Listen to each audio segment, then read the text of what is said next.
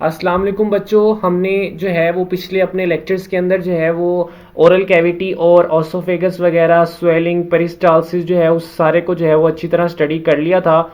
आज का जो हमारा टॉपिक है वो है हमारा स्टमक के ऊपर। ठीक है, स्टमक को हम देखेंगे। हमारा फूड पिछले लेक्चर्स के अंदर जो है वो स्टमक में पहुंच चुका था, हमारा बोलस जो है वो स्टमक में पहुंच चुका था। आज हम देखेंगे कि जैसे ही स्टमक के अंदर फूड आता है तो वहाँ पे उसके साथ क्या क्या होता है। ठीक है, सबसे पहले तो हमें थोड़ी सी स्टमक के करेक्टरिस्टिक्स को पता होना चाहिए कि स्टमक हमारे पास क्या होता है। ठीक है, कहाँ पे प्रेजेंट होता है, किस तरह का होता है। ठीक है, तो सबसे पहले आपने याद रखना है कि हमारे पास जो है ना स्टमक की, अगर मैं बताऊं आपको, इंट्रोडक्शन दूं, तो हमारे पास स्टमक जो है वो हमारे डाइजेस्टिव सिस्टम का एक इनलार्ज पार्ट होता है। यानी सबसे जो है ना आप कह दें कि वाजे जो बड़ा पार्ट नज़र आ रहा होता है ना, वो हमारे पास स्टमक होता है। Enlarge part of digestive system. ठीक है, यानी अगर आप अपना डाइजेस्टिव सिस्टम देखें तो उसके अंदर सबसे प्रोमिनेंट और सबसे जो आपको बड़ा बड़ा जो चीज़ नज़र आ रही होगी वो आपको जो है ना वो स्टमक जो है ना वो नज़र आ रहा होगा। ठीक है, इनलार्ज पार्ट होता है। ठीक है, ये उसके बाद ये हमारे पास प्रेजेंट कहाँ पे होता है, तो आपने याद रखना है कि ये हमारे पास एब्डोमिनल कैविटी के लेफ्ट साइड पे प्रेजेंट होता है। ठीक है, मतलब अगर ये देखें कि ये मेरे पास जो है वो एब्डोमिनल कैविटी है मेरी। ठीक है, ये मेरी एब्डोमिनल कैविटी है। तो यहाँ से हमारे पास ये ऊपर से जो है वो ऐसे ओसोफेगस आ रहा है, ओसोफेगस आगे कंटिन्यू हो जाता है मेरे पास ऐसे स्टमक के अंदर। ठीक है, स्टमक के अंदर। तो ये देखें, ये मेरे पास लेफ्ट साइड है, ये मेरी लेफ्ट साइड है, और ये मेरी जो है ना वो राइट साइड है। ठीक है, तो ये मेरे पास सुपीरियर पार्ट में प्रेजेंट होता है। Superior left side of abdominal cavity में ये मेरे पास जो है ना प्रेजेंट होता है। कहाँ पे प्रेजेंट होता है बच्चों? Superior left of abdomen. Abdominal cavity या एब्डोमेन के हमारे सुपीरियर लेफ्ट साइड पे जो है ना ये हमारे पास जो है वो प्रेजेंट होता है। ठीक है, अगर मैं आपको बात करूं कि हमारे पास एक नॉर्मल स्टमक है जिसके अंदर अभी खाना नहीं है, जो एम्प्टी है बिल्कुल, तो उसकी शेप होगी जे शेप। ठीक है, उसकी शेप क्या होती है? जे शेप। ये मैंने आपके सामने जे शेप जो है ना वो बनाई है जब ये एम्प्टी होता है। जब ये फुल होता है, फुल होने के बाद इसकी जो शेप है ना वो डिफरेंट तरह की हो जाती है। कोई खास एक शेप जो है ना वो हमारे पास नहीं बनती। हर दफ़ा जो है ना वो कोई डिफरेंट शेप बन रही होती है। कभी कोई चीज़ पार्ट ऊपर चला जाता है, कभी कोई पार्ट। तो ये हमारे पास, हम सिर्फ कहते हैं कि जब ये एम्प्टी है ना तब हम इसकी जो एक आपको बता सकते हैं एक मखसूस शेप, वो मखसूस शेप जो है ना वो हमारे पास जे शेप होती है। जब ये फिल हो जाता है, फिल होने के बाद इसकी डिफरेंट शेप्स हो जाती हैं। हर दफ़ा जो है ना वो डिफरेंट शेप जो है ना वो हमारे पास आती हैं। ठीक है, अगर मैं बात करूं कि हमारे पास स्टमक की अगर मैं बात करूं तो देखें, स्टमक के ऊपर जो है ना हमारे पास, ये देखिए मैं इस डायग्राम को ज़रा दोबारा बनाता हूं। ये ऊपर से ऐसे ओसोफेगस आया। ठीक है, ये स्टमक मेरे पास ऐसे कंटिन्यू हो गया।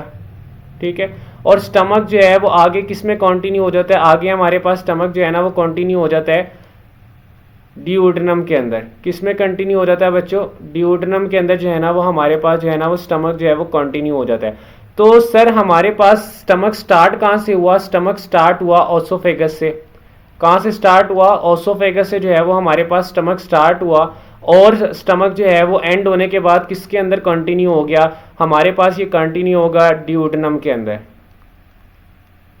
डिओड्रनम के अंदर बच्चों जो है ना ये हमारे पास कंटिन्यू हो गया। ठीक है, तो ये बात भी आप लोगों ने याद रखनी है कि स्टमक आ कहाँ से रहा होता है? ओसोफेगस से कंटिन्यू हो रहा होता है, और एंड होने के बाद क्या चीज़ में जा रहा होता है? हमारे पास जो है ना ये डिओड्रनम के अंदर जो है ना वो हमारे पास जा रहा होता है। ठीक है, अब मैं आपको बताता हूँ कि हमारे पास स्टमक का वॉल्यूम कितना होता है। ठीक है, अगर मैं स्टमक के वॉल्यूम की बात करूँ कि हमारे पास स्टमक के अंदर जो है वो कितना वॉल्यूम जो है ना वो प्रेजेंट होता है, तो अगर मैं बात करूं एम्प्टी स्टमक की, अगर मैं बात करूं किसकी बच्चों? एम्प्टी स्टमक की। वॉल्यूम के अंदर दो बातें आ जाती हैं। ठीक है, वॉल्यूम के अंदर दो बातें आ जाती हैं, एक एम्प्टी स्टमक का वॉल्यूम और एक फुल स्टमक का, यानी आफ्टर मील जो है ना वो हमारे पास empty after a meal, after after meal. तो दो बातें बच्चों हमारे पास आ जाती हैं। अगर तो स्टमक एम्प्टी है तो उसका वॉल्यूम होता है बच्चों, आप लोगों ने याद रखना है, वो आपसे एमसीक्यू से पूछ सकता है, 50 ml मिली लीटर, 50 ml। ठीक है, और आफ्टर मील खाना खाने के बाद जो है ना वो मोस्टली जो है, अगर आप थोड़ा एक नॉर्मल इंसान है और आप नॉर्मल खाना खाते हैं तो ये जो इसका वॉल्यूम है वो हमारे पास 1 लीटर तक चला जाता है। और अगर आप डंगरों की तरह खाना खाते हैं और बहुत ज़्यादा खाना खाते हैं तो मैक्सिमम कैपेसिटी या मैक्सिमम वॉल्यूम कितना हो सकता है लीवर का, सॉरी स्टमक का, जिसके बाद जो है वो स्टमक जो है वो आप कह दें कि अगर इससे ज़्यादा वॉल्यूम हो जाए तो स्टमक जो है वो फटने वाला हो जाता है। तो मैक्सिमम वॉल्यूम जो होता है ना हमारे पास, मैक्सिमम वॉल्यूम वो हमारे पास स्टमक का कितना को हो सकता है, वो सिर्फ 4 लीटर जो है ना वो हो सकता है। यानी अगर आप इतना ज़्यादा खाना खा लें ये हमारे पास 4 लीटर तक जो है ना वो हो सकता है। ठीक है, आप देखें कि आप अगर 1 लीटर पानी की बोतल पी लें तो आपको उसके बाद ऐसे लगता है कि मेरा स्टमक बहुत ज़्यादा बाहर निकला है, लेकिन अगर आप एक साथ 4 बोतलें पानी की पी लें ना तो फिर चांसेस है कि आपका स्टमक जो है ना वो ख़राब हो सकता है। और ये मैंने आपको एक नॉर्मल इंसान की बात बताई है। ठीक है, जैसे एक नॉर्मल एडल्ट इंसान है जिसका वेट भी नॉर्मल है। ठीक है, लेकिन अगर आप देखें कि अगर एक पतला इंसान है तो उसमें ये वॉल्यूम जो है वो फ्लक्चुएट कर जाएगा, उसमें वॉल्यूम कम हो जाएगा थोड़ा सा। और अगर एक मोटा इंसान है तो ये वॉल्यूम जो है वो उसमें जो है ना वो ज़्यादा हो जाएगा। ठीक है, क्योंकि उसका पेट जो है ना वो थोड़ा सा ज़्यादा बड़ा हो जाएगा। तो जो पेट बड़ा होगा तो उसके अंदर वॉल्यूम भी जो है वो ज़्यादा हो जाएगा। तो ये जो मैंने आपको वॉल्यूम बताया ना, एक नॉर्मल और एक जो है ना वो एवरेज इंसान का, मैंने आपको ये वॉल्यूम जो है ना वो मैंने आपके सामने शेयर किया है। ठीक है, उसके बाद बच्चों मैंने आप लोगों को पिछले लेक्चर में भी एक बात बताई थी कि ओसोफेगस जो है वो स्टमक के अंदर कंटिन्यू होता है, ये इनके दरमियान एक गेट हमारे पास प्रेजेंट होता है। सिमिलरली हमारे पास स्टमक और ड्यूडेनम के दरमियान में भी एक गेट प्रेजेंट होता है। ठीक है, ये जो ओसोफेगस और स्टमक के दरमियान वाला गेट है ना बच्चों, इसको हमने कहा था हमने इसको अगर ओसोफेगस के लिहाज से देखें तो हम इसको कहते हैं लोअर ओसोफेगल स्फिंक्टर, लेकिन अगर हम स्टमक के लिहाज से इसको देखें तो स्टमक के लिहाज से जो है ना वो हम इसको कहते हैं कार्डियक स्फिंक्टर। हम इसको क्या कहते हैं? Cardiac sphincter. हम इसको क्या कहेंगे बच्चों? हम इसको कहेंगे कार्डियक स्फिंक्टर। ठीक है, और ये जो नीचे वाला है ये मेरे पास क्या कहलाएगा? ये मेरे पास कहलाएगा पाइलोरिक स्फिंक्टर। जो ड्यूडेनम और स्टमक के दरमियान जो हमारे पास स्फिंक्टर प्रेजेंट है वो हमारे पास क्या कहलाएगा? वो हमारे पास कहलाएगा पाइलोरिक स्फिंक्टर। क्लियर है? तो इसका मतलब है कि स्टमक के अंदर हमारे पास 2 स्फिंक्टर्स होते हैं। कौन कौन से? हमारे पास स्टमक के अंदर 2 स्फिंक्टर्स होते हैं बच्चों। कौन कौन से स्फिंक्टर्स होते हैं ये मैं आपके सामने लिख देता हूँ। 2 स्फिंक्टर्स होते हैं। एक होता है ऊपर वाले पोर्शन पे जिसको हम कहते हैं कार्डियक स्फिंक्टर, और एक नीचे वाले पोर्शन पे जिसको हम कहते हैं बच्चों पाइलोरिक स्फिंक्टर। ठीक है, ऊपर वाले को कार्डियक और नीचे वाले को हम कहेंगे बच्चों पाइलोरिक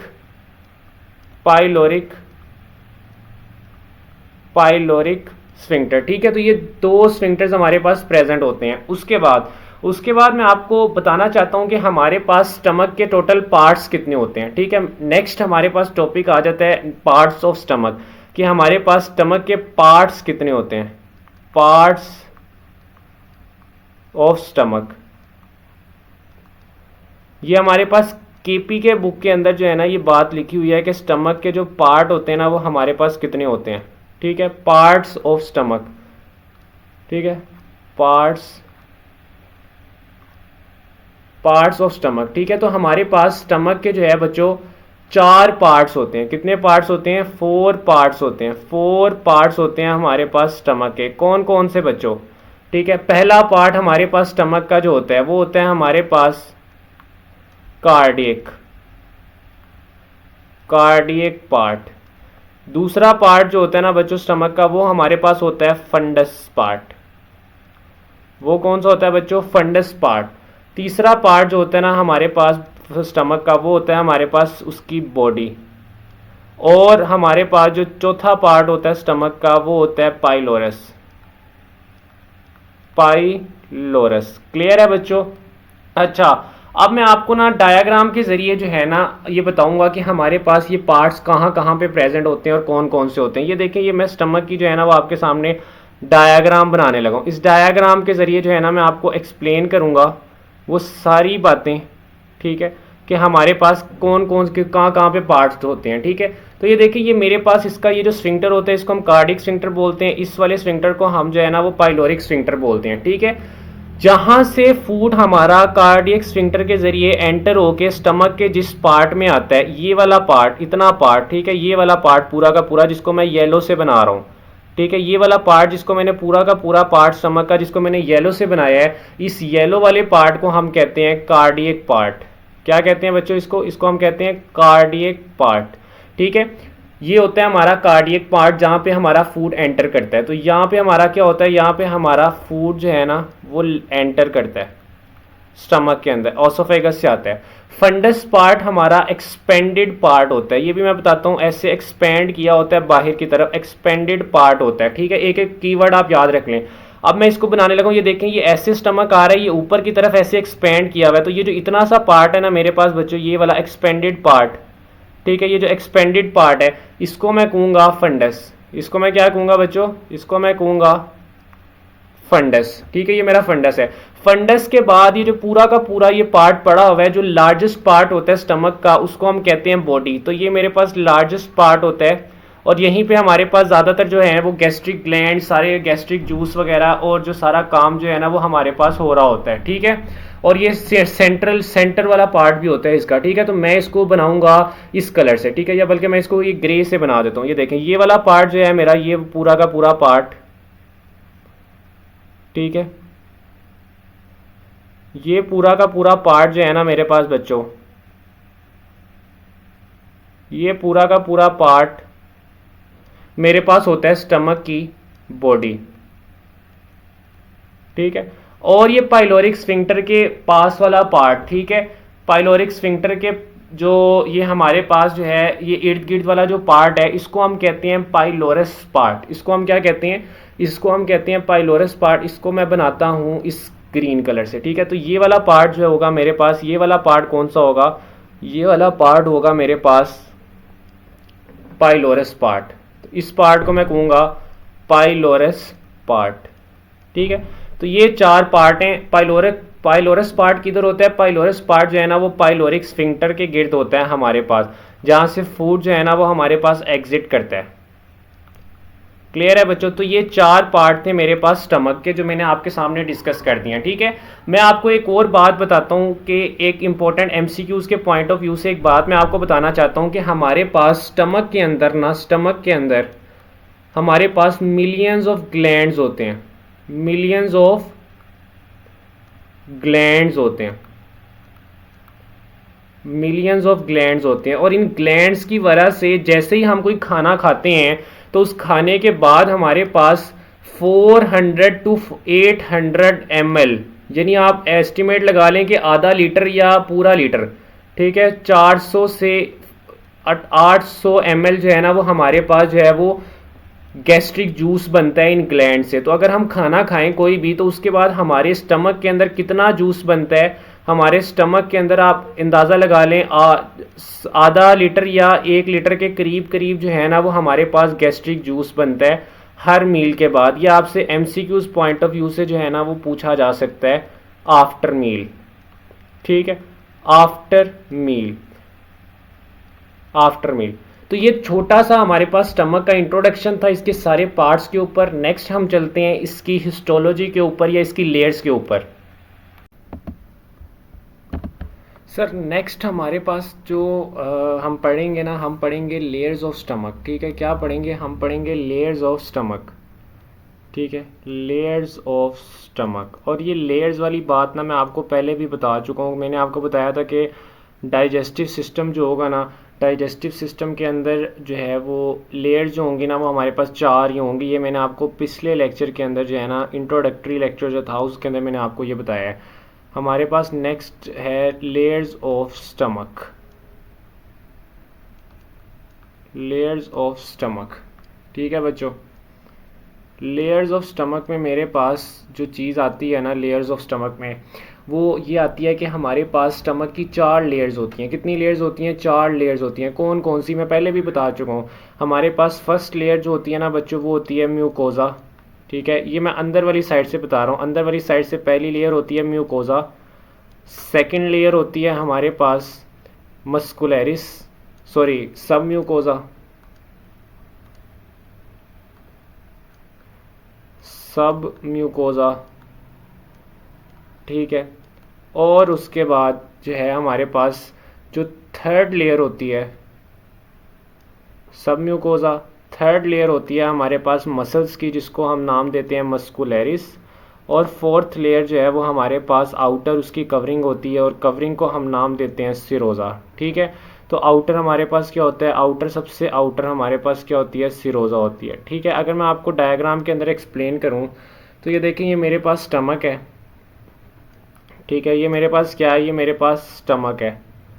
ठीक है, ये मेरे पास जो है ना बच्चों क्या है, ये स्टमक है। थोड़ा सा मैं इसको ज़रा और मॉडिफाई कर दे तो ये मेरे पास क्या है, ये मेरे पास जो है ना वो बच्चों स्टमक है। ठीक है, तो ये जो स्टमक की ये जो वॉल है ना, ये वाली वॉल, ठीक है, अगर मैं इसको बाहर निकालूँ और मैं इसको देखूँ तो मुझे इसके अंदर जो है ना वो 4 लेयर्स मिलेंगी। कितनी लेयर्स मिलेंगी बच्चों, 4। मैं इसको 4 लेयर्स को बनाता हूँ। ठीक है, वह पहली आएगी मेरे पास ये वाली, मैं रेड कलर से बनाता हूँ, ये मेरे पास पहली लेयर आएगी। ठीक है, दूसरी लेयर आएगी मेरे पास, मैं इसको जो है ना वो ब्लू कलर से बनाता हूँ। तीसरी लेयर आएगी मेरे पास, मैं इसको ग्रीन कलर से बनाता हूँ। और चौथी लेयर जो सबसे आउटर लेयर होगी उसको मैं बनाता हूँ फोर्थ कलर से। ठीक है, येलो कलर से, सॉरी। तो ये वाली जो एम से मैंने जो लिखी है ये मेरे पास होगी म्यूकोजा।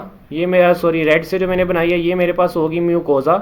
ठीक है, ये जो मैंने ब्लू से बनाई है ये मेरे पास होगी सब म्यूकोजा। ये मेरे पास कौन सी होगी, ये मेरे पास होगी बच्चों सब म्यूकोजा। ये मैंने ग्रीन से लिखी है, ग्रीन से ये मेरे पास होगी बच्चों मस्कुलरिस। और जो मैंने येलो से बनाई है ये होगी बच्चों मेरे पास सिरोज़ा। ये मेरे पास कौन सी होगी बच्चों, ये मेरे पास होगी सिरोज़ा। तो ये मेरे पास 4 लेयर्स होती हैं स्टमक की, जो मैंने आपके सामने एक्सप्लेन की है। अब हम ज़रा डायाग्रामेटिकली इसको देखते हैं कि असल में हमारे पास क्या हो रहा होता है। कि तो देखें, मैंने ये स्टमक की ना छोटी सी वॉल जो है उसको निकाला है, और जब मैंने उसको इंटरनली देखा तो सबसे पहले जो उसमें लेयर थी वो आई मेरे पास म्यूकोजा। सबसे अंदर वाली साइड में मेरे पास कौन सी लेयर आई, सबसे पहले मेरे पास आई म्यूकोजा। उसके बाद आई मेरे पास सब म्यूकोजा के बाद आई मेरे पास मस्कुलरिस। और चौथी जो सबसे आउटर साइड है, ये देखिए ये मेरे पास आउटर पार्ट है, ये आउटर पार्ट है मेरा। और बच्चों ये मेरे पास जो है ना मेरा इनर पार्ट है। ठीक है, तो सबसे इनर मेरे पास म्यूकोजा, सॉरी, उसके बाद सब म्यूकोजा, फिर मस्कुलरिस, और एंड पे सबसे मेरे पास कौन सी आई, मेरे पास आई बच्चों सिरोजा। ठीक है, अब ये जो म्यूकोजा लेयर थी ना, म्यूकोजा लेयर, अब म्यूकोजा लेयर को ना मैं जो है वो एक्सप्लेन करने लगा हूँ डिटेल में, क्योंकि आपके जो है वो थोड़ी सी बुक्स के अंदर जो है ना प्रोविंसेस की ये म्यूकोजा को एक्सप्लेन किया हुआ है। बाकी जो है वो सब म्यूकोजा, मस्कुलरिस और सिरोजा को इतना ज़्यादा एक्सप्लेन नहीं किया हुआ, तो मैं म्यूकोजा को जो है ना वो एक्सप्लेन करूँगा। ठीक है, म्यूकोजा लेयर को अगर मैं गौर से देखूँ ना म्यूकोजा लेयर को, तो आप देखें कि म्यूकोजा लेयर में ना मेरे पास ये देखें कुछ इस तरह की जो है ना वो ये स्ट्रक्चर्स बने हुए हैं। देखें ये ऐसे जो है ना वो ऐसे जा रहा है। ठीक है, ये मेरे पास इस तरह करके जो है ना ये स्ट्रक्चर्स बने हुए हैं। ठीक है, ये स्ट्रक्चर्स जो है ना वो हमारे पास कहलाते हैं गैस्ट्रिक ग्लैंड्स। ये मेरे पास क्या कहलाता है, ये पूरा का पूरा स्ट्रक्चर क्या कहलाता है बच्चों मेरे पास, ये मेरे पास कहलाता है गैस्ट्रिक ग्लैंड। तो म्यूकोजा के अंदर हमारे पास बच्चों क्या प्रेजेंट होता है, सबसे पहली चीज़ तो इसके अंदर जो है ना वो गैस्ट्रिक ग्लैंड्स प्रेजेंट होते हैं हमारे पास। और ये जो गैस्ट्रिक ग्लैंड्स की जो ओपनिंग्स है ना, ये बच्चों ये जो ओपनिंग जहाँ से ये गैस्ट्रिक ग्लैंड ओपन होते हैं और अपनी सीक्रेशंस को बाहर फेंकते हैं, इन ओपनिंग्स को जो है ना बच्चों हम क्या कहते हैं, इन ओपनिंग्स को हम कहते हैं गैस्ट्रिक पिट्स वगैरह। इन ओपनिंग्स को हम क्या कहते हैं, इन ओपनिंग्स को कहते हैं हम गैस्ट्रिक पिट। अब आप देखो कि ये हमारे पास म्यूकोजा के ऊपर ना ये छोटे छोटे सेल्स जो है ना वो बने हुए हैं। ठीक है, इन सेल्स को हम कहते हैं एपिथीलियम। इन सेल्स को हम क्या कहते हैं, एपिथीलियम। ठीक है, हमारे पास जो किसी भी ऑर्गन की इंटरनल साइड पे जो एक कवरिंग होती है उसको हम एपिथीलियम का नाम देते हैं। ठीक है, ये जो हमारे पास म्यूकोजा के ऊपर जितने भी सेल्स ऐसे पड़े होते हैं उनको हम क्या नाम देते हैं बच्चों, उनको हम नाम देते हैं एपिथीलियम का या एपिथीलियल सेल्स। और ये जो सरफेस एपिथीलियल सेल्स होते हैं हमारे पास म्यूकोजा के अंदर, ये किस तरह के होते हैं, आप लोगों ने जो है वो एपिथीलियल सेल्स 4 से 5 टाइप के पढ़े थे। आपने पढ़ा था कि हमारे पास जो है वो सिंपल कोलमनर सेल्स होते हैं, सिंपल कोबोइडल सेल्स होते हैं, स्क्वैमस सेल्स होते हैं, स्ट्रेटिफाइड स्क्वैमस सेल्स होते हैं, और आपने जो है वो सीलिएटेड कोलमनर सेल्स जो है वो 5 टाइप्स आपके पास आपने एपिथेलियल सेल्स की पढ़ी हुई हैं। तो सर ये एपिथेलियल सेल्स हमारे पास ये जो ये वाले एपिथेलियल सेल्स हैं, ये देखें ये सेल, ये दूसरा, ये तीसरा, ये चौथा, ये पांचवा, ये कौन सी टाइप है सर हमारे पास एपिथेलियल सेल्स की? तो ये वाली टाइप जो है ना ये हमारे पास है सिंपल कोलमनर एपिथेलियम। ये कौन सी सेल्स की टाइप है? ये हमारे पास सिंपल कोलमनर सेल्स हैं। क्या उनसे सेल्स हैं बच्चों? ये हमारे पास सिंपल कोलमनर सेल्स हैं। तो ये बात भी आप लोगों ने याद रखनी है। मैं यहाँ पे लिख देता हूँ कि ये हमारे पास कौन से सेल्स होते हैं जो एपिथेलियल सेल्स म्यूकोजा के अंदर। देखें अब मैं ना म्यूकोजा की डिटेल आपको बताने लगा हूँ, ठीक है। मैं क्या करने लगा हूँ, मैं आपको म्यूकोजा की डिटेल जो है ना वो एक्सप्लेन करने लगा हूँ। तो म्यूकोजा में मेरे पास क्या प्रेजेंट है? म्यूकोजा में बच्चों मेरे पास सबसे पहला जो चीज़ आ रही है वो मेरे पास क्या आ रही है, वो मेरे पास एपिथीलियम आ रही है। वो क्या आ रही है, एपिथीलियम आ रही है। इसके अंदर एपिथीलियम प्रेजेंट है, एक कवरिंग प्रेजेंट है सेल्स की। और वो उस एपिथीलियम के अंदर वो जो एपिथीलियल सेल्स हैं वो कौन सी टाइप के हैं, वो मेरे पास सिंपल कोलमनर टाइप के हैं। वो मेरे पास कौन सी टाइप के हैं बच्चों, वो मेरे पास सिंपल कोलमनर टाइप के हैं। सिंपल कोलमनर सेल्स जो है ना वो हमारे पास प्रेजेंट है, सिंपल कोलमनर सेल्स टाइप है हमारे पास, ठीक है। दूसरी चीज़ मैंने आपको बताया कि मेरे पास म्यूकोसा के अंदर क्या प्रेजेंट है। दूसरी चीज़ मेरे पास म्यूकोसा के अंदर जो है ना बच्चों गैस्ट्रिक ग्लैंड्स प्रेजेंट है। क्या प्रेजेंट है बच्चों, मेरे पास गैस्ट्रिक ग्लैंड्स प्रेजेंट है। मेरे पास दूसरी क्या चीज़ प्रेजेंट है, गैस्ट्रिक ग्लैंड्स प्रेजेंट है इसके अंदर, ठीक है। और उन गैस्ट्रिक ग्लैंड्स की ओपनिंग जो है उनको हम क्या कहते हैं, गैस्ट्रिक पिट्स कहते हैं, जो मैंने आपको बताया है। मैं आगे यहाँ पे लिख भी देता हूँ कि इनकी ओपनिंग को हम क्या कहते हैं, गैस्ट्रिक पिट्स। गैस्ट्रिक ग्लैंड्स की जो ओपनिंग्स है मेरे पास उनको मैं क्या कहूँगा बच्चों, उनको मैं कहूँगा गैस्ट्रिक पिट्स। गैस्ट्रिक पिट्स कहूँगा मैं, क्या कहूँगा बच्चों, मैं इनको गैस्ट्रिक पिट्स कहूँगा। क्लियर है, तो ये बात आप लोगों ने याद रखनी है। अच्छा, उसके बाद ये जो सिंपल कोलमनर एपिथीलियम है ना, या सिंपल कोलमनर सेल्स जो है ये हमारे पास 4 टाइप्स के आगे इनकी टाइप्स हैं, ठीक है। ये सिंपल कोलमनर सेल्स की आगे 4 टाइप्स हैं जो हमारे पास स्टमक के अंदर जो है ना वो प्रेजेंट होती हैं। सर, सिंपल कोलमनर की जो पहली टाइप हमारे पास प्रेजेंट होती है ना बच्चों, वो होती है म्यूकस सेल्स। वो कौन सी होती है, वो होती है हमारे पास म्यूकस सेल्स, ठीक है, म्यूकस सेल्स, ठीक है। इनकी जो दूसरी टाइप हमारे पास प्रेजेंट होती है स्टमक के अंदर, वो होती है हमारे पास पराइटल सेल्स। पराइटल सेल्स दूसरी टाइप इनकी हमारे पास प्रेजेंट होती है, पराइटल सेल्स। तीसरी टाइप जो इनकी हमारे पास प्रेजेंट होती है ना, वो होती है हमारे पास, आप कहते हैं कि जाइमोजेन सेल्स, या जिनको आप चीफ सेल्स भी कहते हैं, जाइमोजेन सेल्स, ठीक है। और चौथी टाइप जो है ना वो इनकी जो हमारे पास प्रेजेंट होती है ना, उसको हम कहते हैं न्यूरो एंडोक्राइन सेल्स, या सिर्फ आप इसको एंडोक्राइन सेल्स भी जो है ना वो लिख दें, ठीक है, एंडोक्राइन सेल्स, एंडोक्राइन सेल्स, ठीक है।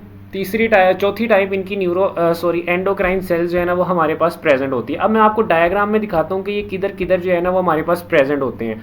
तो अगर आप बच्चे देखो ना, ये देखो, ये मेरे पास ये पूरा जो है वो कोलमनर एपिथीलियम है, ये पूरा का पूरा यहाँ से लेके, ठीक है, ये पूरा का पूरा जो है वो एक मेरे पास ये एपिथीलियम प्रेजेंट है, ठीक है। ये पूरा का पूरा क्या है, ये पूरा का पूरा मेरे पास जो है ना एपिथीलियम जो है ना वो प्रेजेंट है। अब गौर से देखना बच्चों, गौर से मेरी बात सुनना, ठीक है। ये जो सरफेस के ऊपर ये जो सेल्स प्रेजेंट है ना, ये वाले हो गए, ठीक है, ये वाले सेल्स हो गए। ये वाले सेल्स हमारे पास कहलाते हैं म्यूकस सेल्स। ये वाले सेल्स कौन से कहलाते हैं, ये वाले सेल्स कहलाते हैं म्यूकस सेल्स, ठीक है। और सरफेस से नीचे जाके ये जो ग्लैंड्स है हमारे पास, ग्लैंड्स के अंदर जो सेल्स प्रेजेंट होते हैं ना वो हमारे पास पराइटल होते हैं, ऑक्जेंटिक जी भी जिनको कहते हैं, जाइमोजेन होते हैं इसके अंदर, और एंटेरो एंडोक्राइन सेल्स जो है ना वो इसके अंदर प्रेजेंट होते हैं, या आप सिंपल एंडोक्राइन सेल्स भी कहते हैं उनको, ठीक है।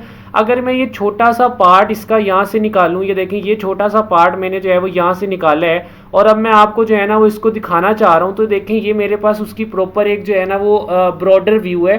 तो ये वाले जो सेल्स है ना मेरे पास, ये वाले सेल्स जो पर्पल कलर से शो किए हुए, ये होते हैं हमारे पास पराइटल सेल। मैं इनका फंक्शन भी अभी आपको बताऊंगा।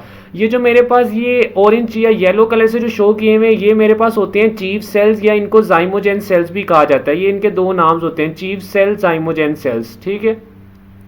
और ये जो नीचे ग्रे कलर में हमारे पास प्रेजेंट है ना, इनको हम एंडोक्राइन सेल्स भी कहते हैं, या एंटेरो एंडोक्राइन सेल्स भी जो इनको है ना हम कह सकते हैं। तो ये हमारे पास जो है ना वो 4 टाइप्स ऑफ सेल जो है ना वो स्टमक के अंदर प्रेजेंट होते हैं, स्टमक के एपिथीलियम के अंदर। एक और एमसीक्यूज की बात बताता हूँ आपको मैं, कि ये जो 3 सेल्स है ना, पराइटल, जाइमोजेन सेल्स और एंडोक्राइन सेल्स, इनको हम गैस्ट्रिक सेल्स भी कहते हैं। म्यूकस सेल्स को गैस्ट्रिक सेल्स नहीं कहते हम, ठीक है।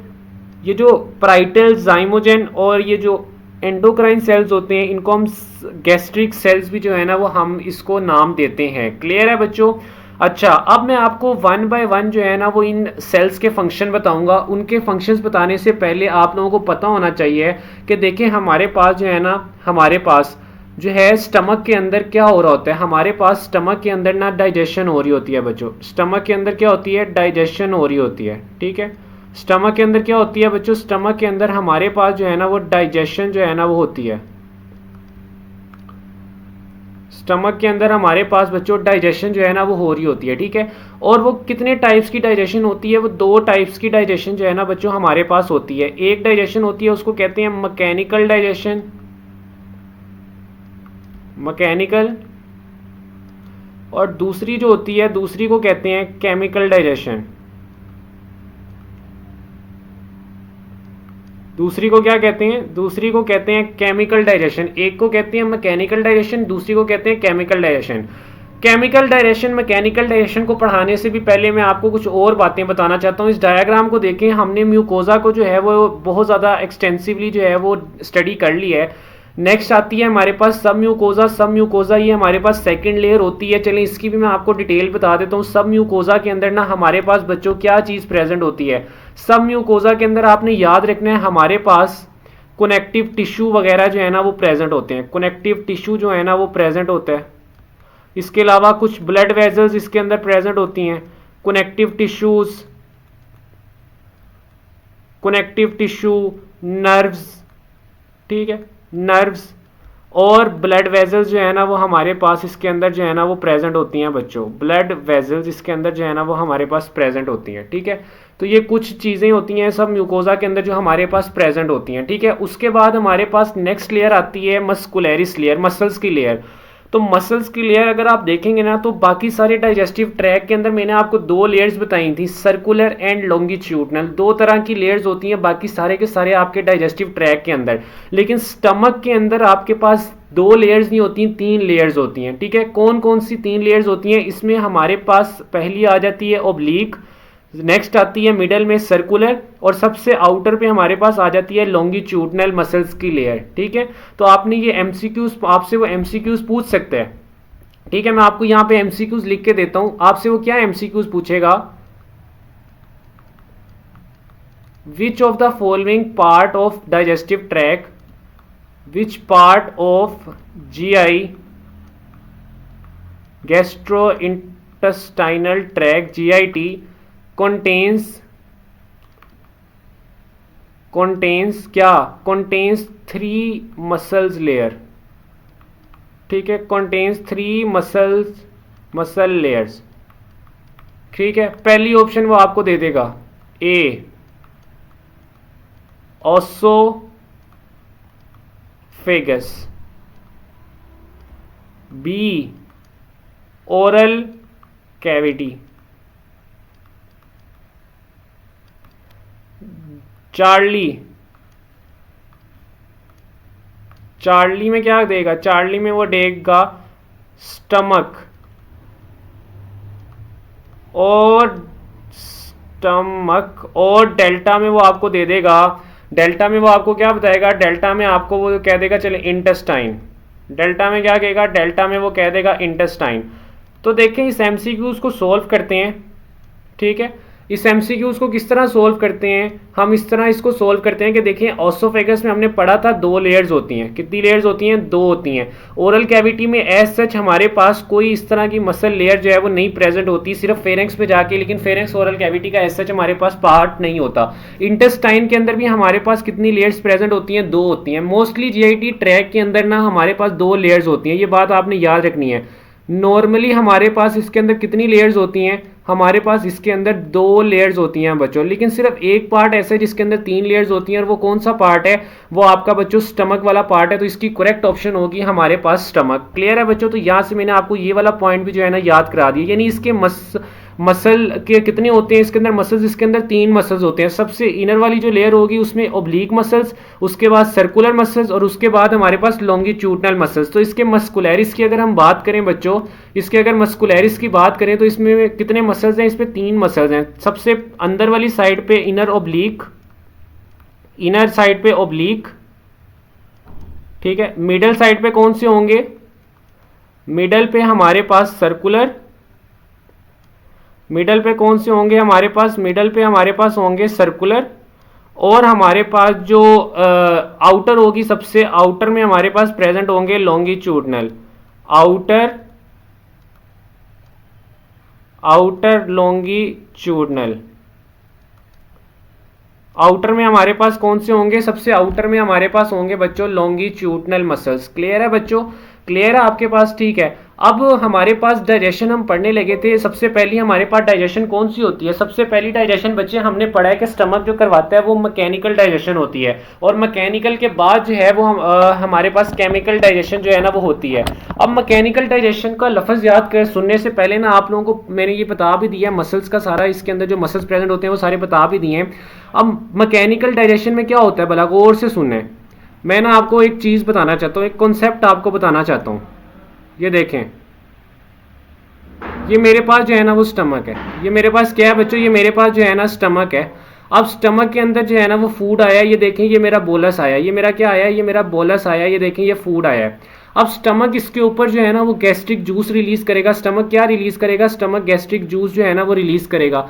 अब वो गैस्ट्रिक जूस आके इस बोलस को डाइजेस्ट करेगा, इसके ऊपर एक्ट करेगा। तो क्या ज़्यादा चांसेस ये हैं कि जो इसकी बाहर वाली सरफेस है, बाहर वाली बोलस की ये जो बाहर वाली सरफेस है, ये देखें यहाँ पे एक्ट कर देगा, यहाँ पे एक्ट कर देगा, यहाँ पे अगर मैं बोलस को बाहर निकालूं तो ये देखें, ये अगर मेरे पास ये बोलस है एक, ठीक है, तो जब जूस आएगा तो जूस क्या करेगा? मोस्टली ये बोलस है मेरे पास, जब इसके ऊपर जो है वो कोई जूस आएगा तो वो जूस आके इसको ऐसे यहाँ पे बाहर वाली साइड से डाइजेस्ट कर सकता है, ये इधर से डाइजेस्ट कर सकता है, अंदर वाली साइड से जो है वो सही तरह से डाइजेस्ट इसको नहीं कर सकता। तो इसके लिए स्टमक क्या करता है? इसके लिए स्टमक जो है ना वो कॉन्ट्रैक्ट रिलैक्स करता है। ये जो इसके अंदर मसल्स प्रेजेंट है ये क्या करेंगे? ये कॉन्ट्रैक्ट करेंगे, ये रिलैक्स करेंगे, ठीक है। उस कॉन्ट्रैक्शन रिलैक्शन से क्या होगा कि मसल के अंदर जो फूड है ना वो अच्छी तरह गैस्ट्रिक जूस के साथ मिक्स हो जाएगा। जब वो अच्छी तरह गैस्ट्रिक जूस के साथ मिक्स होगा तो ये टूटेगा यहाँ से, ये जो बोलस है ये हमारे पास ऐसे छोटे छोटे पार्ट्स में जो है वो टूट जाएगा, ठीक है। अच्छी तरह जब मिक्सिंग होगी, हम किसी चीज़ को हिलाते हैं तो क्या होता है, अगर हमने पानी के अंदर रूह अफ़ज़ा डाला है तो हम अगर उसको ऐसे ही पी जाएं तो क्या होगा? ऊपर पानी पहले पी जाएंगे, नीचे रूह अफ़ज़ा बाद में पी जाएंगे, ठीक है। लेकिन अगर हम उसको अच्छी तरह मिक्स करें तो क्या होगा कि वो रूह अफ़ज़ा उसके अंदर अच्छी तरह मिक्स हो जाएगा। तो ये देखें, ये मेरे पास बोलस था, ये बोलस के छोटे छोटे पीसीस बन जाएंगे। जब हम कॉन्ट्रैक्ट करेंगे, उसको मिक्स करेंगे, वो टूटेगा, ठीक है। साथ जो है ना वो आके इसके अंदर ये देखें, ये ग्रीन कलर से डाइजेस्टिव जूस इसके अंदर अच्छी तरह जो है ना वो मिक्स हो जाएगा। ये देखें, ये मेरे पास डाइजेस्टिव जूस अच्छी तरह में, पहले क्या था? पहले ये देखें, पहले की कंडीशन ये थी, अगर हमारे पास कॉन्ट्रैक्शन रिलैक्सेशन ना होती, मैकेनिकल डाइजेशन ना होती, तो फिर हमारे पास ये देखें गैस्ट्रिक जूस सिर्फ बाहर वाली साइड पे ही ऐसे लगा हुआ था, बाहर से उसने डाइजेस्ट कर देना था, अंदर से डाइजेस्ट होना ही नहीं था। लेकिन अब क्या हुआ है, हमने उसको अच्छी तरह हिलाया है, मिक्स किया है, जिसकी वजह से वो पहले तो हल्का फुल्का टूटे, फिर टूटने से गैस्ट्रिक जूस उसके अंदर तक चला गया और अच्छी तरह जो है उसको डाइजेस्ट कर सकता है अब गैस्ट्रिक जूस। क्लियर है बच्चों? तो मैकेनिकल डाइजेशन में क्या होता है? मैकेनिकल डाइजेशन में आपको समझा दिया कि मैकेनिकल डाइजेशन में हमारे पास जो मसल्स हैं वो कॉन्ट्रैक्ट और रिलैक्स करते हैं, ठीक है। मसल्स जो है हमारे पास, मसल्स ऑफ स्टमक, मसल जो है वो क्या करते हैं? वो हमारे पास कॉन्ट्रैक्ट एंड रिलैक्स करते हैं, कॉन्ट्रैक्ट एंड रिलैक्स, ठीक है। और इसको हम कहते हैं, इसको हमारे पास नाम देते हैं, हम कहते हैं कि ये हमारे पास जो मेरे कॉन्ट्रैक्शन एंड रिलैक्सेशन है ना, ये एक मिक्सिंग वेव्स होती हैं। मिक्सिंग से मुराद ये है कि वो खाने को और जो इंजाइम्स हैं, जो गैस्ट्रिक जूस है, उसको अच्छी तरह मिक्स कर देती हैं, ठीक है। क्लियर है बच्चों? और आप लोगों को पता है कि हमारे पास कितने मसल्स इसके अंदर इन्वॉल्व होते हैं? हमारे पास 3 मसल्स इसके अंदर जो है ना वो इन्वॉल्व होते हैं, ठीक है। और इसकी वजह से क्या होता है कि हमारा जो फूड है ना वो अच्छी तरह से ब्लेंड हो जाता है। मिक्सिंग वेव्स का फ़ायदा क्या होता है कि food blends with gastric juice, food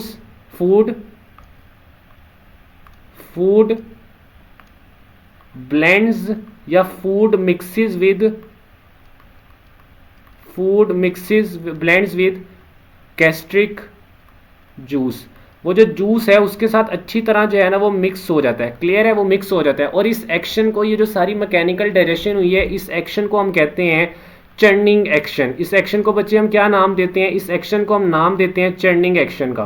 किस चीज़ का नाम देते हैं? हम इसको नाम देते हैं बच्चों चर्निंग एक्शन का, चर्निंग एक्शन का नाम देते हैं। तो मैकेनिकल डाइजेशन स्टमक में किस तरह होती है? With the help of muscles. वो मसल्स कॉन्ट्रैक्ट रिलैक्स करते हैं, जिसकी वजह से स्टमक बार बार हिलता जुलता है, और उसके हिलने जुलने की वजह से वो जो वेव्स आती हैं उसके अंदर, उसकी वजह से बोलस हमारा फूड जो है वो टूटता है, वो अच्छी तरह डाइजेस्टिव जूस के साथ मिक्स होता है, और डाइजेस्टिव जूस की अच्छी तरह से जो है ना वो डाइजेशन जो है ना वो हमारे पास कर पाते हैं, ठीक है। अब सेकेंडली हमारे पास आती है केमिकल डाइजेशन। केमिकल डाइजेशन में बच्चों सबसे पहले हमारे पास जो है ना, हमें केमिकल डाइजेशन को शुरू करने से पहले ना हर एक जो सेल्स मैंने आपको बताया है ना उनका फंक्शन पता होना चाहिए, ठीक है। तो तो सबसे पहले मैं आपको केमिकल डाइजेशन के अंदर जो है ना वो म्यूकस सेल्स का तो इतना रोल नहीं होता केमिकल डाइजेशन के अंदर, वो जो है वो दूसरा काम करवा रहे होते हैं। फिर पराइटल सेल्स आते हैं, जाइमोजन सेल्स आते हैं और एंडोक्राइन सेल्स जो है ना वो हमारे पास आते हैं। तो सबसे पहले जो है ना बच्चों हम जो है वो केमिकल डायरेक्शन को स्टडी करने से पहले ना सारे सेल्स को एक दफ़ा जो है ना इनके रोल्स को जो है ना वो हम अच्छी तरह स्टडी करते हैं, फिर केमिकल डायरेक्शन जो है ना वो हमें खुद ही समझ आ जाएगी। तो सबसे पहले हम जो है ना वो म्यूकस सेल्स को जो है स्टडी करते हैं। सबसे पहले हम ना म्यूकस सेल्स को डीप जाके और इनको डीपली जो है ना एक्सटेंसिवली इनकी हर चीज़ को जो है ना वो स्टडी करते हैं। क्लियर है बच्चों? तो हमारे पास सबसे पहली चीज़ जो म्यूकस सेल्स के अंदर आती है ना वो आपको याद होना चाहिए कि म्यूकस सेल्स कहाँ पे प्रेजेंट होते हैं। म्यूकस सेल्स सरफेस पे प्रेजेंट होते हैं। Mucus cells present at surface, मैंने आपको ऊपर डायग्राम में शो किया था। सेकंड बात, इनकी ये क्या सीक्रेट करते हैं, ये क्या बनाते हैं, ये हमारे पास सीक्रेट करते हैं म्यूकस को सीक्रेट करते हैं। ठीक है, और वो म्यूकस क्या होता है, उस म्यूकस की दो प्रॉपर्टीज़ होती हैं। एक तो वो म्यूकस हमारे पास अल्कलाइन होता है यानी बेसिक होता है, और दूसरा हमारे पास वो जो फ्लूइड है वो हमारे पास विस्कस होता है, बहुत ज़्यादा गाढ़ा होता है। अब सर इस म्यूकस का फ़ायदा क्या होता है, मैं आपको इसका फ़ायदा समझाता हूँ। ये देखें, ये मेरे पास स्टमक है, ये देखें ये मेरे पास क्या है, ये मेरे पास जो है ना बच्चों ये स्टमक है। ठीक है, अब जब एसिड H पॉजिटिव में लिख रहा हूँ, एसिड जो है वो गैस हमें पता है गैस्ट्रिक जूस में क्या होता है, ज़्यादातर एसिड होता है, HCl होता है। अब वो हाइड्रोजन या HCl एसिड आके इस स्टमक को भी तो ख़राब कर सकते हैं ना, स्टमक को भी तो जो है वो तोड़ फोड़ कर सकते हैं। एसिड का काम क्या होता है, डिस्ट्रॉय करना। तो ये जो H पॉजिटिव है ये आके हमारे स्टमक को भी तो डिस्ट्रॉय कर सकते हैं। लेकिन अल्लाह ताला ने क्या चीज़ रखी हुई है, अल्लाह ताला ने ये म्यूकस सेल्स रखे हुए हैं। ये म्यूकस सेल्स क्या करते हैं, ये म्यूकस सेल्स इस स्टमक की वॉल्स के ऊपर क्या करते हैं, एक थिक सी जो है ना वो हमारे पास कोटिंग बना देते हैं म्यूकस की। उस थिक म्यूकस की कोटिंग की वजह से हमारे पास क्या होता है कि ये जो हाइड्रोजन या H पॉजिटिव आयंस है या एसिड जो है वो आके स्टमक की वॉल्स को डाइजेस्ट नहीं कर पाता, उसको डिस्ट्रॉय नहीं कर पाता। ठीक है, तो ये जो म्यूकस सेल्स होते हैं ये क्या बनाते हैं, ये म्यूकस बनाते हैं। उस म्यूकस का फ़ायदा क्या होता है, उस म्यूकस का फ़ायदा ये होता है कि हमारे पास ये जो एसिड है हमारा ये उसको डाइजेस्ट नहीं कर पाता। ठीक है, स्टमक की वॉल्स को तोड़ नहीं पाता। ठीक है, तो म्यूकस सेल्स का हमारे पास जो है ना वो फंक्शन ये होता है कि ये सीक्रेट म्यूकस, और उस म्यूकस का क्या फ़ायदा होता है कि ये म्यूकस जो है ना वो हमारे पास प्रोटेक्ट करता है स्टमक वॉल को, protect stomach wall from acid. ठीक है, स्टमक वॉल फ्रॉम एसिड। और दूसरा फ़ायदा इस म्यूकस का क्या होता है कि ये उस खाने को, जो खाना आ रहा है थोड़ा सा उसको लुब्रिकेट भी कर सकता है। ठीक है, तो ये इसका एक माइनर रोल होता है, मेजर रोल नहीं होता। मेजर रोल जो है ना वो ये होता है कि ये जो है ना प्रोटेक्ट करता है हमारे पास स्टमक की वॉल्स को, ये इसका मेजर रोल होता है। ठीक है, सेकंड नंबर पे हमारे पास जो सेल्स है ना बच्चों, सेकंड नंबर पे हमारे पास सेल्स आते हैं पराइटल सेल्स। कौन से सेल्स आते हैं, सेकंड नंबर पे हमारे पास जो सेल्स है ना बच्चों वो आते हैं हमारे पास पराइटल सेल्स। सेकंड नंबर वाले सेल्स हमारे पास आते हैं बच्चों पराइटल सेल्स। पराइटल सेल्स का क्या रोल होता है, पराइटल सेल्स का पहले तो आपको दूसरा नाम भी आना चाहिए ना, वो आपसे एमसीक्यूज में ये भी पूछ सकते हैं। तो पराइटल सेल्स का आपको दूसरा नाम आना चाहिए। पराइटल सेल्स को हम ऑक्जेंटिक सेल भी जो है ना वो भी कहते हैं, ऑक्जेंटिक सेल या ओ सेल भी जो है ना वो हम कहते हैं। पराइटल सेल्स के बहुत काम होते हैं हमारी बॉडी के अंदर या हमारे स्टमक के अंदर। ठीक है, सबसे पहला काम क्या होता है, आपको ये भी पता होना चाहिए कि पराइटल सेल्स हमारे स्टमक के किस पार्ट में जो है ना वो ज़्यादा जो है वो प्रेजेंट होते हैं। तो अगर मैं स्टमक का स्ट्रक्चर बनाऊँ आपके सामने, ये स्टमक का मैंने जो है वो स्ट्रक्चर बनाया है। ठीक है, तो स्टमक के कौन से पार्ट में जो है वो हमारे पास पराइटल सेल्स जो है वो ज़्यादा होते हैं। तो ये जो स्टमक का ये वाला पार्ट है पाइलोरस पार्ट, ये जो पाइलोरस पार्ट है स्टमक का, पाइलोरस पार्ट में हमारे पास पराइटल सेल्स जो होते हैं ना वो ज़्यादा होते हैं। ठीक है, इंक्रीज या आप कह दें कि ज़्यादा प्रेजेंट होते हैं, increase number in parietal cells, increase number in parietal cells. Parietal cells में जो है ना ये हमारे पास क्या होते हैं, पराइटल सेल्स में ये ज़्यादा नंबर जो है ना इनका प्रेजेंट होता है। ठीक है, अब अगर मैं इनकी फंक्शन की बात करूं, ठीक है, अगर मैं इनके फंक्शंस की बात करूं तो हमारे पास इनके जो है ना वो दो मेजर फंक्शंस होते हैं। ठीक है, और वो फंक्शंस क्या होते हैं, पहला फंक्शन इनका ये होता है कि ये हमारे पास HCl को बनाते हैं, HCl सीक्रेशन। एसिड बनाते हैं। पाराइटल सेल्स हमारे पास क्या बनाते हैं? पाराइटल सेल्स हमारे पास एसिड बनाते हैं, HCl को सिक्रीट करते हैं, HCl की सिक्रीशन जो है ना वो हमारे पास करवाते हैं, ठीक है। पहला फंक्शन जो है ना वो तो इनका ये हो गया HCl सिक्रीशन, ठीक है। और इस HCl सिक्रीशन के आगे क्या फ़ायदे होते हैं? ये HCl सिक्रीशन जो है ना वो हमारे पास स्टमक की पीएच को मेंटेन करके रखता है 1 और 3 के दरमियान। स्टमक पीएच को मेंटेन करके रखता है, स्टमक पीएच को मेंटेन करके रखता है 1 और 3 के दरमियान। स्टमक पीएच मेंटेनेंस, कितनी पीएच मेंटेन करके रखता है? स्टमक की 1 से 3। और ये बहुत ज़्यादा एक एसिडिक पीएच है। ये क्या है मेरे पास? ये एक एसिडिक पीएच है। ये मेरे पास क्या है? ये मेरे पास एसिडिक पीएच है, ठीक है। इस एसिडिक पीएच का फ़ायदा क्या होता है? इस एसिडिक पीएच का फ़ायदा हमारे पास ये होता है कि ये हमारे पास जो है, इसके फ़ायदे मैं लिख देता हूँ। इसका फ़ायदा ये होता है कि एक तो ये हमारे पास ये जो लो पीएच है ये कार्बोहाइड्रेट्स की डाइजेशन को स्टमक के अंदर रोकता है। Decrease carbohydrate digestion, decrease carbohydrate digestion, ये कार्बोहाइड्रेट की डाइजेशन जो है ना उसको रोक के रखता है हमारे पास। स्टमक के अंदर कार्बोहाइड्रेट को डाइजेस्ट नहीं होने देता, ठीक है। इनका जो इंजाइम्स होता है कार्बोहाइड्रेट डाइजेस्ट करवाने वाला अमाइलेज, ये उसको कम कर देता है हमारे पास, ठीक है। तो ये भी आपका एक एमसीक्यूज है कि किस चीज़ की जो है ना वो हमारे पास स्टमक के अंदर डाइजेशन नहीं होती, ठीक है। तो आपने याद रखना है जो कार्बोहाइड्रेट है उनकी हमारे पास स्टमक के अंदर जो है वो डाइजेशन नहीं होती, ठीक है। ये एमसीक्यूज पॉइंट ऑफ व्यू से आपने याद रखना है। दूसरा, इस हाई पीएच का लो पीएच का क्या फ़ायदा होता है? दूसरा, इस लो पीएच का फ़ायदा ये होता है कि हमारे पास खाने के अंदर जितने भी बैक्टीरिया थे, ठीक है, जितने भी हमारे पास जो है वो बैक्टीरिया उस खाने के अंदर जो है वो प्रेजेंट थे उसको किल कर देता है। किल बैक्टीरिया इन फूड, किल बैक्टीरिया इन फूड, किल बैक्टीरिया इन फूड। क्योंकि बैक्टीरिया जो है वो एसिडिक पीएच में किल हो जाते हैं।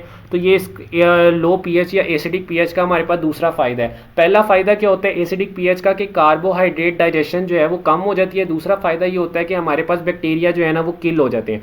अच्छा, HCl सीक्रेशन या HCl का दूसरा फ़ायदा, एक तो ये था ना कि ये स्टमक की पीएच को लो करके रखता है। दूसरा फ़ायदा इसका ये होता है कि हमारे पास जो हमारा इंजाइम होता है एक पेप्सिनोजेन, ठीक है, उसको एक्टिव करता है पेप्सिन के अंदर, ठीक है। पेप्सिनोजेन को एक्टिवेट करता है ये हमारे पास, या पेप्सिनोजेन को कन्वर्ट करता है हमारे पास पेप्सिन के अंदर। और वो पेप्सिन जो है ना वो फिर प्रोटीन्स को जो है ना वो तोड़ता है, वो डाइजेस्ट करता है। पेप्सिन क्या करता है? पेप्सिन जो है ना वो प्रोटीन्स को हमारे पास जो है वो डाइजेस्ट करता है। प्रोटीन को हमारे पास जो है क्या करता है? प्रोटीन को हमारे पास बच्चों डाइजेस्ट करता है, ठीक है। तो ये हमारे पास HCl का दूसरा फंक्शन हो गया, ठीक है। पहला फंक्शन ये था कि लो पीएच को मेंटेन करके रखता है, दूसरा फंक्शन ये है कि पेप्सिनोजेन को एक्टिवेट करता है, ठीक है। अब अगर हम पाराइटल सेल्स के दूसरे फंक्शन की तरफ आए ना, तो दूसरा फंक्शन पाराइटल सेल का होता है हमारे पास इंट्रिंसिक फैक्टर की सीक्रेशन। पहला फंक्शन था HCl की सीक्रेशन, दूसरा फंक्शन है इनका हमारे पास इंट्रिंसिक फैक्टर की सीक्रेशन, इंट्रिंसिक फैक्टर की सीक्रेशन। अच्छा, ये इंट्रिंसिक फैक्टर की सीक्रेशन से हमारे पास क्या होता है, ठीक है। ये आपको ये भी पता होना चाहिए कि इंट्रिंसिक सेल की सीक्रेशन से हमारे इंट्रिंसिक फैक्टर की सीक्रेशन से हमारे पास क्या होता है। ये इंट्रिंसिक फैक्टर जो है ना ये हमारे पास एक विटामिन है, विटामिन B12। ये विटामिन B12 की एब्जॉर्प्शन में जो है ना वो हमारे पास रोल प्ले कर रहा होता है। इंट्रिंसिक फैक्टर विटामिन B12 को जो है ना वो एब्जॉर्ब करवा रहा होता है हमारे पास इलियम के अंदर, ठीक है। विटामिन B12 को एब्जॉर्ब करवाता है इलियम के अंदर। विटामिन B12 का ना हमारी बॉडी के अंदर बहुत बहुत बहुत ज़्यादा रोल्स हैं, सबसे इंपॉर्टेंट विटामिन है ये, ठीक है। तो इसकी एब्जॉर्प्शन हमारे पास होती है इलियम के अंदर। ये इलियम के अंदर एब्जॉर्ब होकर हमारे ब्लड में जाता है, हमारे खाने से ये इलियम के अंदर एब्जॉर्ब होता है, ब्लड के अंदर जाता है, और ब्लड के अंदर जाके ये पूरी बॉडी के अंदर जाता है और वहाँ पर अपने रोल प्ले करता है, ठीक है। और इसकी एब्जॉर्प्शन जो है उसमें हेल्प कौन कर रहा है? इंट्रिंसिक फैक्टर जो है ना वो उसके अंदर हेल्प कर रहा है। अगर आपके पास इंट्रिंसिक फैक्टर की कमी हो जाए तो आपका विटामिन B12 एब्जॉर्ब नहीं होगा, बॉडी के अंदर विटामिन B12 कम हो जाएगा, जिसकी वजह से बॉडी के अंदर डिफरेंट बीमारियां या डिफरेंट जो है आप कहते हैं सिम्टम्स आने लग जाएंगे हमारे पास, ठीक है बच्चों। अच्छा, उसके बाद हमारे पास जो नेक्स्ट हमारे पास जो आता है ना क्या कहते हैं सेल्स आते हैं, वो हमारे पास आते हैं चीफ सेल्स, ठीक है। नेक्स्ट हमारे पास जो सेल्स आते हैं ना बच्चों वो हमारे पास आते हैं चीफ सेल्स। नेक्स्ट सेल्स कौन से आते हैं बच्चों? नेक्स्ट सेल्स हमारे पास आते हैं चीफ सेल्स, या जिनको आप जाइमोजेन सेल्स भी जो है ना वो भी कहते हैं। नेक्स्ट सेल्स आते हैं हमारे पास चीफ सेल्स। नेक्स्ट सेल्स आते हैं बच्चों हमारे पास कौन से, नेक्स्ट सेल्स आते हैं हमारे पास चीफ सेल्स, जिनको आप जाइमोजेन सेल्स भी जो है ना वो कहते हैं, जाइमोजेन सेल्स भी जो है ना वो आप कहते हैं। ठीक है, ये जो जाइमोजेन सेल्स जो है ना ये हमारे पास क्या करते हैं, ठीक है, ये जाइमोजेन सेल्स हमारे पास सिक्रीट करते हैं या बनाते हैं पेप्सिनोजेन को, इनएक्टिव पेप्सिनोजेन को, और उस पेप्सिनोजेन को एक्टिव कौन करता है, HCl। ठीक है, और वो HCl कहाँ से आता है, वो पाराइटल सेल्स से आता है, तो ये भी आपको पता होना चाहिए। ये हमारे पास पेप्सिनोजेन को बनाते हैं चीफ सेल्स, और उस पेप्सिनोजेन को एक्टिव कौन करता है, जाइमोजेन सेल्स जो है ना वो हमारे पास एक्टिव होता है। ठीक है बच्चों, और आप लोगों को पता होना चाहिए कि पेप्सिनोजेन को एक्टिव करने के लिए हमें कितनी पीएच चाहिए होती है, एक्टिव करने के लिए हमें कितनी पीएच चाहिए होती है, active pH is equal to 3, और ये 3 पीएच या इतनी कम पीएच उसको कौन देता है, इतनी कम पीएच जो है ना वो उसको हमारे पास जो पाराइटल सेल्स होते हैं वो देते हैं by secreting HCl। HCl acid है जिसकी वजह से पीएच जो है वो हमारे पास कम हो जाती है। ठीक है, नेक्स्ट हमारे पास जो सेल्स आते हैं ना वो आते हैं हमारे पास एंडोक्राइन सेल्स या एंटेरो एंडोक्राइन सेल्स। ठीक है, एंडोक्राइन सेल्स जो है ना वो हमारे पास आते हैं।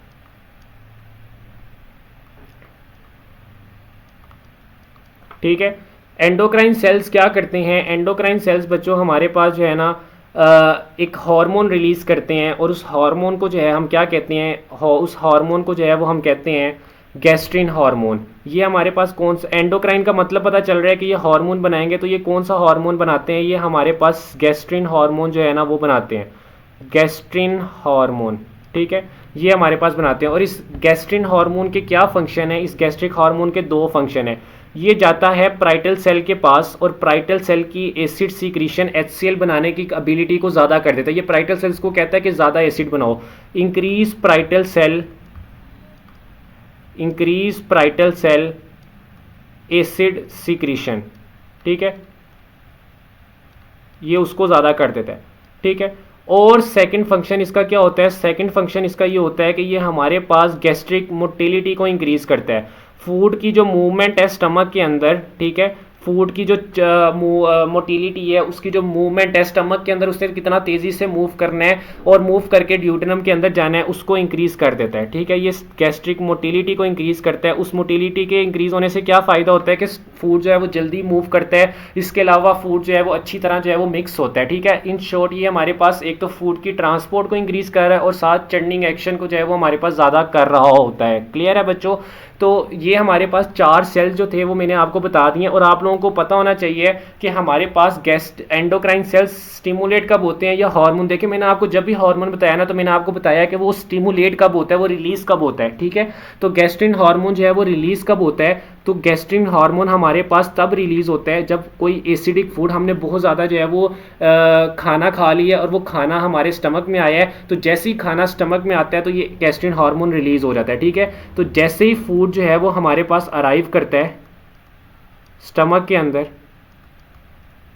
जैसे ही फूड अराइव करता है हमारे पास स्टमक के अंदर, तो हमारे पास ये गैस्ट्रिन हार्मोन जो है ना वो रिलीज़ हो जाता है। फूड अराइव इन स्टमक, तो हमारे पास गैस्ट्रिन हार्मोन जो है ना वो क्या हो जाता है, वो रिलीज़ हो जाता है। ठीक है, ये इसकी स्टिमुलस है, ये इसकी स्टिमुला है जो इसको रिलीज़ करवाती है। हर हार्मोन की कोई रिलीज़ होने की कोई ना कोई जो है वो स्टिमुलस होती है। तो हमारे पास गैस्ट्रिन हार्मोन के रिलीज़ होने की स्टिमुलस क्या है कि जैसे ही स्टमक के अंदर कोई खाना आए तो फ़ौरन जो है ना वो गैस्ट्रिन हार्मोन जो है ना वो हमारे पास रिलीज़ हो जाता है। क्लियर है बच्चों यहाँ तक? बच्चों चलो अब हम देखते हैं केमिकल डाइजेशन को जो हमने छोड़ा था। ठीक है, केमिकल डाइजेशन क्या होती है स्टमक के अंदर। देखो मेरे पास जो रिलीज़ हुआ है ना पेप्सिन, ठीक है, मेरे पास क्या रिलीज़ हुआ है, वो जो पेप्सिन बने हैं। ठीक है, वो पेप्सिन क्या करेगा, वो पेप्सिन सर ये करेगा कि वो जाएगा और वो जाके जो प्रोटीन पार्ट प्रेजेंट है, जो प्रोटीन पार्ट जो प्रेजेंट है मेरे फूड के अंदर, उस प्रोटीन को तोड़ देगा। किसके अंदर? उसको तोड़ देगा ये हमारे पास पेप्टोन्स और पॉलीपेप्टाइड्स के अंदर। किसके अंदर तोड़ देगा? ये उसको तोड़ देगा पेप्टोन्स एंड पॉलीपेप्टाइड्स के अंदर, उसको डाइजेस्ट करवा देगा पेप्टोन्स एंड पॉलीपेप्टाइड्स के अंदर, पेप्टोन्स एंड पॉलीपेप्टाइड्स के अंदर। ठीक है, ये उसको डाइजेस्ट करवा देगा पेप्टोन्स एंड पॉलीपेप्टाइड्स के अंदर। ठीक है, ये पेप्सिन का काम होता है। और इसकी वजह से क्या होगा कि हमारा जो फूड है वो हमारा फूड एक सेमी सॉलिड मैस के अंदर कन्वर्ट हो जाएगा। इन सारे कामों की वजह से, मैकेनिकल एंड केमिकल डाइजेशन की वजह से हमारा फूड जो है वो क्या हो जाएगा, वो एक सेमी सॉलिड मैस के अंदर कन्वर्ट हो जाएगा। ठीक है, सेमी सॉलिड मैस के अंदर जो है ना वो हमारे पास कन्वर्ट हो जाएगा हमारा फूड। और उस सेमी सॉलिड मैस को हम कहेंगे कि ये हमारे पास क्या कहलाता है, ये आपको मैं रेड कलर से बता रहा हूँ, ये हमारे पास अब कहलाता है बच्चों काइम। ठीक है, पहले वो क्या कहलाता था, upon entering the stomach the food is called bolus, but when it leaves the stomach it is now called crime. ठीक है, तो काइम जब हमारे पास खाना स्टमक से लीव करता है तो वो इन सेमी सॉलिड मैस की फॉर्म में होता है, और उस सेमी सॉलिड मैस को जो है ना वो हम काइम कहते हैं। क्लियर है बच्चों? अच्छा, अब मैं आपके सामने एक बहुत ही इंपॉर्टेंट बात जो है ना वो आपके सामने डिस्कस करने लगा हूँ। एक बहुत ही कॉन्सेप्चुअल पॉइंट जो है ना बच्चों मैं आपके सामने जो है ना वो डिस्कस करने लगा हूँ। ठीक है, कॉन्सेप्चुअल पॉइंट जो है ना वो आपके सामने जो है वो डिस्कस करने लगा हूँ, और वो मैं in the form of MCQs जो है ना वो आपके सामने जो है ना वो डिस्कस करूँगा। ठीक है, इस एमसीक्यूज के ज़रिए मैं आपको वो क्वेश्चन, वो पॉइंट जो है ना वो एक्सप्लेन करूँगा। मैं आपके सामने लिखता हूँ, विच of the following which of the following which of the following is responsible which of the following is responsible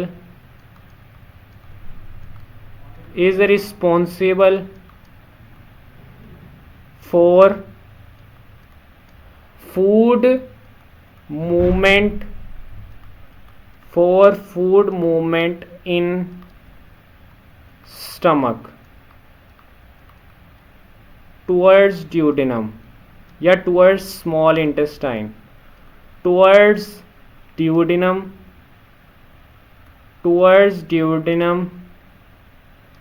या टूवर्ड्स स्मॉल इंटेस्टाइन। ठीक है, ए ऑप्शन बच्चों मैं आप लोगों को देता हूं पेरिस्टॉल्सिस। ठीक है, सेकंड मैं देता हूं, सेकंड जो ऑप्शन मैं आपको देता हूं ना, सेकंड ऑप्शन जो है वो मैं आपको देता हूं चर्निंग मूवमेंट, चर्निंग एक्शन। ठीक है, चर्निंग एक्शन। चार्ली ऑप्शन में आपको देता हूं mixing waves. Basically mixing waves and churning action एक ही चीज़ है, बस इनके नाम दो हैं, मतलब दो नाम है ये एक ही चीज़। ठीक है, ये भी मैं आपको बता देता हूँ। और डेल्टा ऑप्शन में आपको देता हूँ ऑल ऑफ दीज। तो मोस्टली बच्चे आप में से जो है ना वो इसकी ऑप्शन पता है क्या लगाएंगे, मोस्टली बच्चे इसकी ऑप्शन जो है ना वो लगाएंगे ऑल ऑफ दीज।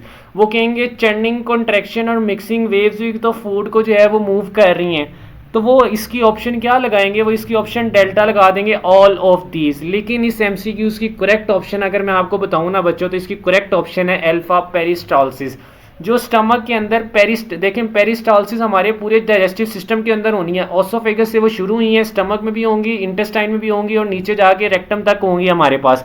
इन्हीं पेरिस्टालसिस वेव की वजह से हमारे पास फूड जो है ना वो आगे मूव करता है। ये जो चर्निंग एक्शन या मिक्सिंग वेव जो है ना बच्चों, ये सिर्फ और सिर्फ हमारे पास स्टमक में होती हैं। और ये क्यों होती हैं, ये इसलिए होती हैं कि हमारे पास फूड अच्छी तरह मिक्स हो जाए। ठीक है, तो इनका सिर्फ और सिर्फ जो एक ज़रूरत होती है, एक काम होता है ना, वो इनका सिर्फ हमारे पास मिक्सिंग के अंदर रोल प्ले होता है। इनका फूड को आगे मूव करने के अंदर कोई रोल नहीं होता। तो इनका सिर्फ और सिर्फ जो रोल होता है ना वो मिक्सिंग करवाने में होता है बच्चों। किधर होता है, मिक्सिंग करवाने में सिर्फ और सिर्फ इनका रोल होता है। इनका फूड को आगे मूव कराने में कोई रोल नहीं होता हमारे पास। ठीक है, तो इस पॉइंट से आपको ये बात जो है वो क्लियर होने जानी चाहिए कि फूड हमेशा जो मूव करेगा आगे की तरफ इन द डाइजेस्टिव सिस्टम, वो कौन सी वेव्स के जरिए करेगा, वो हमेशा पेरिस्टालसिस वेव के जरिए जो है ना वो हमारे पास करेगा। ठीक है, अब मैं अगर आपको ये सारा पढ़ाने के बाद अगर मैं आपको स्टमक के जो है वो फंक्शंस की तरफ लेके जाऊँ ना, कि हमारे पास स्टमक के फंक्शंस क्या होते हैं, तो यहाँ पे मैं लिखता हूँ स्टमक के फंक्शंस। मैं यहाँ पे क्या लिखता हूँ, मैं यहाँ पे लिखता हूँ स्टमक के functions.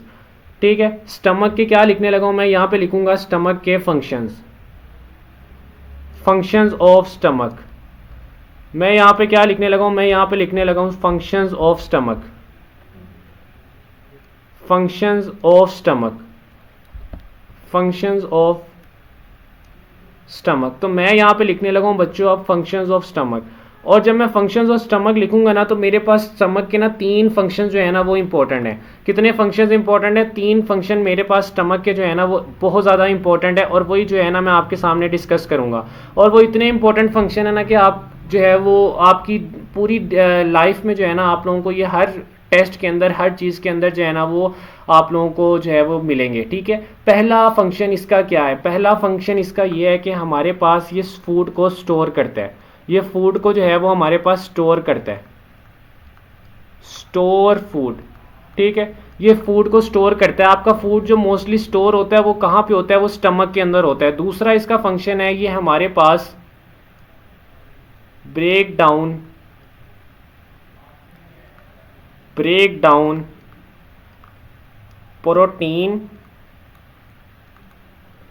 Protein and fat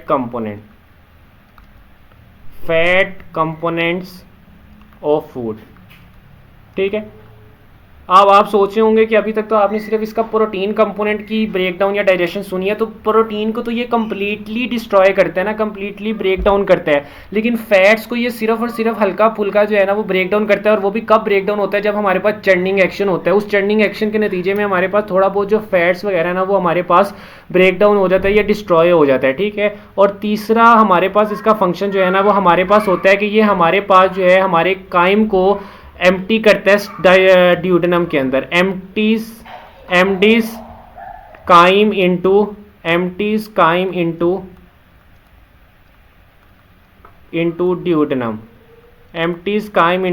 duodenum. तो ये 3 फंक्शन जो है ना वो इसके मोस्ट इंपॉर्टेंट है।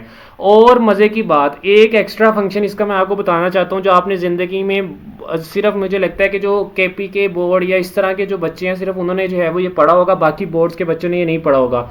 स्टमक में हमारे पास थोड़ी सी एब्जॉर्प्शन भी हो रही होती है। स्टमक में हमारे पास क्या होती है? एब्जॉर्प्शन। आप लोगों ने पढ़ा हुआ है पंजाब टेक्स्ट बुक बोर्ड के बच्चों ने या एफटीक्यू के बच्चों ने कि हमारे पास एब्जॉर्प्शन मोस्टली इलियम के अंदर हो रही होती है। और एमबीबीएस लेवल पे भी यही बताया जाता है कि इलियम के अंदर ही हमारे पास एब्जॉर्प्शन होती है। लेकिन थोड़ा सा एक कॉन्सेप्चुअल पॉइंट ये है कि हमारे पास स्टमक के अंदर भी थोड़ी सी एब्जॉर्प्शन हो रही होती है। और वो एब्जॉर्प्शन किन चीज़ों की हो रही होती है? वो हमारे पास वाटर की एब्जॉर्प्शन हो रही होती है, वो हमारे पास आयंस की एब्जॉर्प्शन हो रही होती है। इसके अलावा हमारे पास जो है ना कुछ मेडिसिन की जो है ना यहाँ पे एब्जॉर्प्शन हो रही होती है। और वो मेडिसिन कौन सी होती हैं? वो हमारे पास जैसे एस्पिरिन या डिस्प्रिन की गोली जो आप लोग खाते हैं। इसके अलावा जो आपकी जो अल्कोहल है, ठीक है, अल्कोहल की भी हमारे पास थोड़ी सी एब्जॉर्प्शन जो है ना वो स्टमक में होती है। इसीलिए आपने देखा होगा कि अगर आप बाकी कोई मेडिसिन खाते हैं तो उसका जो इफेक्ट है ना वो बहुत देर बाद जाके आता है। जब वो इलियम में जाती है 5-6 घंटे के बाद उसकी जब एब्जॉर्प्शन होती है तब उसका इफेक्ट आता है। लेकिन अगर आप डिस्प्रिन या एस्पिरिन की गोली खाएं तो वो फ़ौरन ही आपके जो है ना वो एब्जॉर्ब होकर वो फ़ौरन जो है ना वो आपकी जो सर की दर्द होती है ना उसको रिलीव कर देती है। ठीक है, तो इसी वजह से आपको जो एस्पिरिन का जो इमीडिएट इफेक्ट आता है ना वो इसी वजह से आता है कि ये फ़ौरन जाके हमारे पास स्टमक में ही एब्जॉर्ब हो जाती है। बाकी सारी मेडिसिन जो है ना वो हमारे पास इलियम के अंदर जो है वो जाके मोस्टली एब्जॉर्ब होती हैं। क्लियर है बच्चों? तो ये मेरे पास स्टमक के जो है ना वो फंक्शन थे। अब क्या होता है कि स्टमक से हमारे पास क्या चीज़ एंड प्रोडक्ट निकल चुके हैं। अब एंड प्रोडक्ट हमारे पास जो स्टमक के अंदर से निकल चुके हैं ना वो हमारा काइम है। और ये काइम किधर मूव कर जाएगा? ये काइम मूव कर जाएगा हमारे पास ड्यूडेनम के अंदर through pyloric sphincter.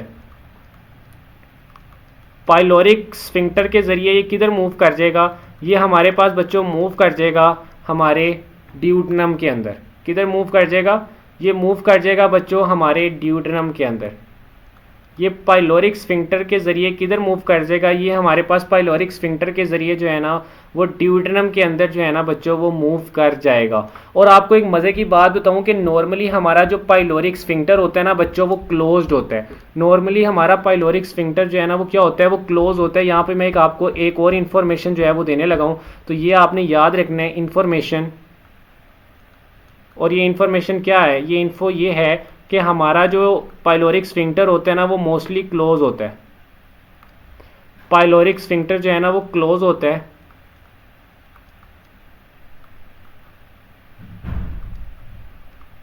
Pyloric sphincter closed होता है। और जैसे ही हमारे पास कोई पेरिस्टाल्टिक वेव जो है वो स्ट्रॉन्ग आती है, कोई स्ट्रॉन्ग पेरिस्टाल्टिक वेव आती है, तो ये हमारे पास जो है वो ओपन हो जाता है। ठीक है, और उस पेरिस्टाल्टिक वेव की वजह से जो फूड है ना वो या काइम जो है वो ड्यूटनम में चला जाता है। स्ट्रॉन्ग पेरिस्टाल्टिक वेव आती है तो ये ओपन होता है, ओपन इट, ठीक है, और हमारे पास उसके ओपन होने से क्या होता है, फूड जो है ना वो हमारा ड्यूटनम के अंदर जो है ना बच्चों वो एम्प्टी हो जाता है। Food empties into duodenum, food empties into duodenum, ठीक है, फूड जो है ना वो ड्यूटनम के अंदर जो है ना वो एम्प्टी हो जाता है। क्लियर है बच्चों? तो ये था हमारा एक स्टमक के ऊपर जो एक्सटेंसिव और डिटेल्ड लेक्चर। इतनी इन्फॉर्मेशन आप लोगों को दे दिया मैंने कि इससे बाहर आप लोगों के पास कोई भी इन्फॉर्मेशन जो है ना वो नहीं बची, और इससे बाहर मेरे से शर्त लगवा लें, इंशाल्लाह अल्लाह ताला के फजल करम से आपको कोई भी MCQ जो है ना वो नहीं पूछा जाएगा। तो अपना ख्याल रखिएगा। अल्लाह हाफिज़।